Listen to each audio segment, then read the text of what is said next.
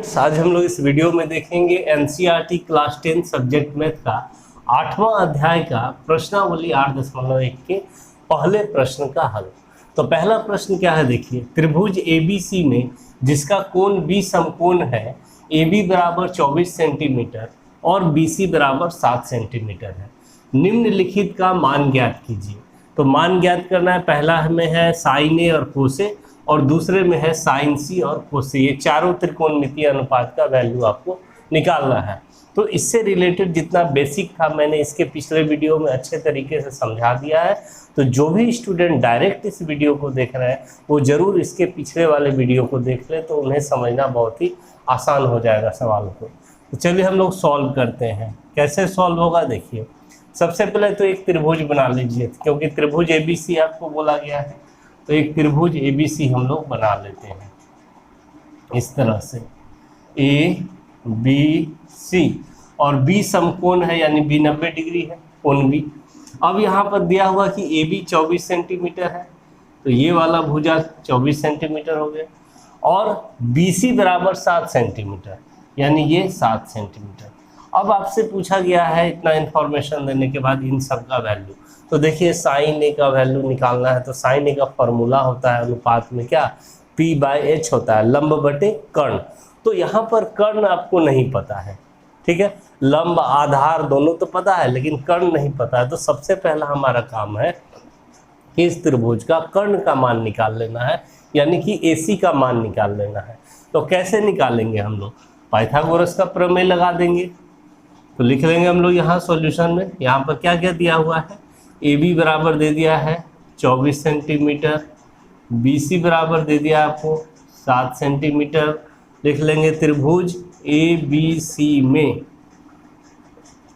Pythagoras प्रमेय से, Pythagoras प्रमेय से, पाइथागोरस प्रमेय क्या कहता है कि किसी समकोण त्रिभुज में कर्ण का वर्ग शेष दो भुजाओं के वर्गों के योग के बराबर होता है, यानी कि कर्ण का वर्ग बराबर लंब का वर्ग प्लस आधार का वर्ग होता है। तो कर्ण यहाँ क्या है, AC है, क्योंकि 90 डिग्री के सामने वाली भुजा हमेशा कर्ण कहलाती है। तो AC का स्क्वायर, और लंब आप ले लीजिए इसको AB को, तो AB का स्क्वायर, अब प्लस आधार ले लीजिए BC को, तो BC का स्क्वायर। यही होता है पाइथागोरस प्रमेय कि कर्ण स्क्वायर बराबर लंब स्क्वायर जो आधार स्क्वायर। यहाँ से हमें AC का मान निकालना है। तो AC बराबर इधर अंडर रूट हो जाएगा, इधर वर्ग है तो इधर ट्रांसपोज करते हैं तो रूट लग जाता है। तो AB का स्क्वायर प्लस BC का स्क्वायर हो गया। अब AB का वैल्यू आपको दिया हुआ है 24, तो 24 का स्क्वायर कर दिए। BC का वैल्यू दिया हुआ है 7, तो 7 का स्क्वायर कर दिए।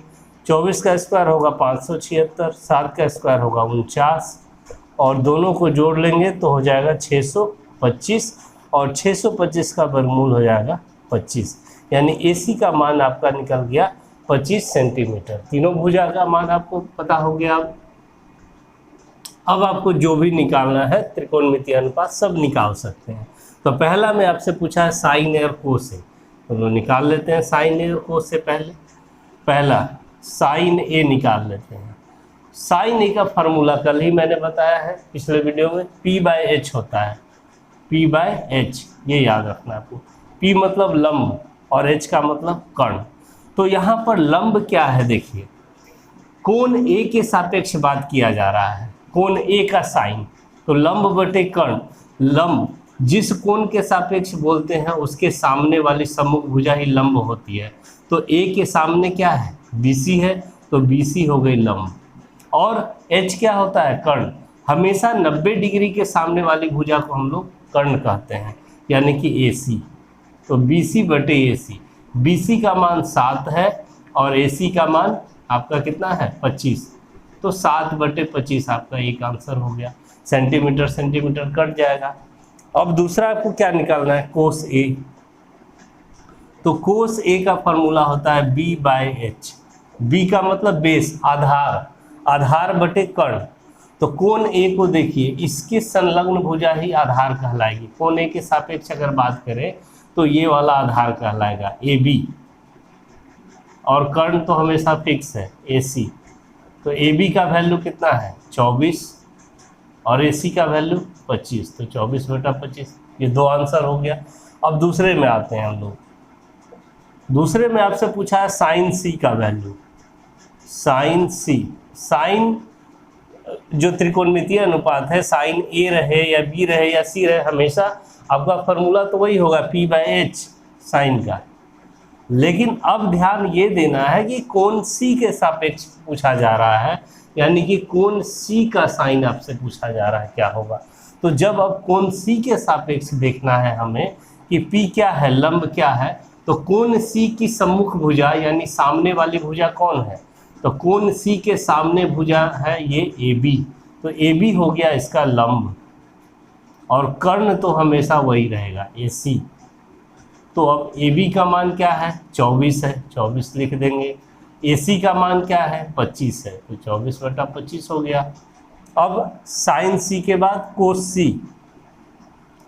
कोस C का फॉर्मूला होता है B/H।